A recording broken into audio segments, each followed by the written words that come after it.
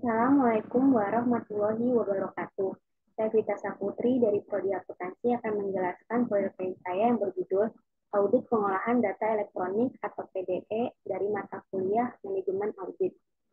Pembahasan yang saya akan bahas dalam poin-poin ini ada 5, yaitu yang pertama pengertian, lalu yang kedua metode audit EDP, yang ketiga komponen sistem EDP, yang keempat Electronic Data Interchange atau EDI, lalu yang kelima atau yang terakhir risiko audit. Pengertian menurut Ron Weber, yaitu EDP auditing adalah proses mengumpulkan dan menilai bukti untuk menentukan apakah sistem komputer mampu mengamankan harta. Lalu yang kedua menurut Georgos Richardson dan Borthwick, komputer auditing adalah evaluasi atas sistem informasi komputer, penggunaan dan operasi untuk meyakinkan integritas atas informasi unit usaha. Lalu yang kedua, metode audit EDP. Metode audit EDP terbagi menjadi 3, yaitu auditing around the computer, auditing through the computer, dan auditing with the computer. Auditing around the computer adalah suatu pendekatan audit dengan memperlakukan komputer sebagai kotak hitam. Lalu yang kedua, auditing through the computer adalah suatu pendekatan yang berorientasi pada komputer dengan membuka kotak hitam dan secara langsung berfokus pada operasi pemrosesan dalam sistem komputer. Dan yang terakhir, yang ketiga, auditing with the computer adalah audit yang menggunakan komputer sendiri atau audit software untuk membantu pelaksanaan langkah kedua audit.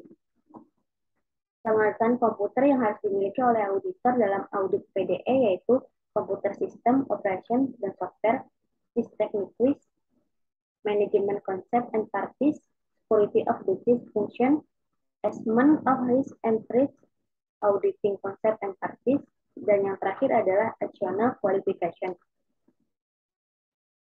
Yang ketiga, komponen sistem audit ada 2, yaitu hardware dan software.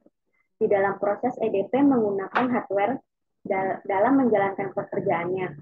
Perangkat hardware itu seperti CPU, peralatan input data, seperti keyboard, mouse, joystick, dan yang terakhir peralatan output data, seperti printer, monitor, proyektor, dan lain-lain.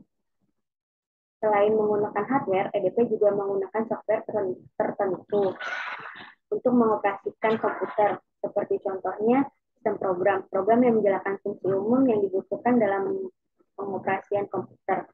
Yang kedua, program aplikasi dalam pemakaiannya digunakan untuk menjalankan proses tugas-tugas tertentu. Itu pengendalian intern dalam EDP. Pengendalian intern terbagi menjadi 2, yaitu pengendalian administrasi dan pengendalian akuntansi. Pengendalian administrasi meliputi rencana organisasi, metode prosedur untuk meningkatkan efisiensi operasi. Pengendalian akuntansi meliputi organisasi, semua produser, dan catatan yang berhubungan dengan pengamanan harta kekayaan. Tujuan SPI dalam EDP adalah untuk melindungi harta perusahaan, mengecekkan kecermatan dan keandalan data akuntansi, meningkatkan efisiensi usaha, mendorong ditaatnya kebijakan manajemen yang telah digariskan. Yang keempat, Electronic Data Interchange atau EDI.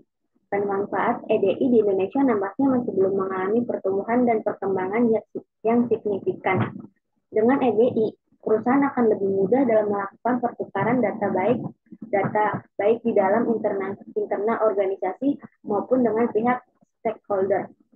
Ada 2 standar utama EDI. Yang pertama, The American National Standard Institute standar ASC X12 digunakan di Amerika Serikat. Dan yang kedua, The EDIFACT International Standard digunakan di Eropa. Ada beberapa keuntungan yang didapatkan organisasi jika menerapkan EDI. Yang pertama, penghematan biaya didapatkan karena dengan EDI tidak akan ada biaya kertas. Lalu yang kedua, kecepatan.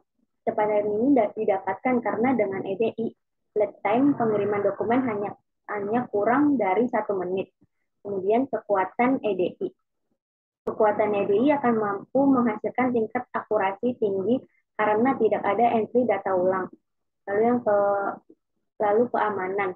Keamanan penggunaan enkripsi dokumen membuat dokumen hampir tidak bisa dipalsukan. Lalu yang terakhir, integrasi. Integrasi antar sistem dapat dilakukan dengan perantara EDI. Yang terakhir, resiko audit. Resiko audit terbagi menjadi tiga, yaitu yang pertama, resiko intern, resiko pengendalian, dan resiko deteksi. Resiko intern adalah resiko yang berasal dari adanya kemungkinan kesalahan material yang dikandung oleh laporan keuangan yang diaudit. Lalu yang kedua, resiko pengendalian. Resiko pengendalian yaitu resiko yang berasal dari adanya kemungkinan kesalahan yang berasal dari ketidakmampuan sistem intern untuk menemukan menghindarkan kesalahan secara dini. Lalu yang ketiga atau yang terakhir yaitu resiko deteksi. Resiko yang berasal dari adanya kemungkinan auditor tidak menemukan kesalahan material sewaktu melakukan audit.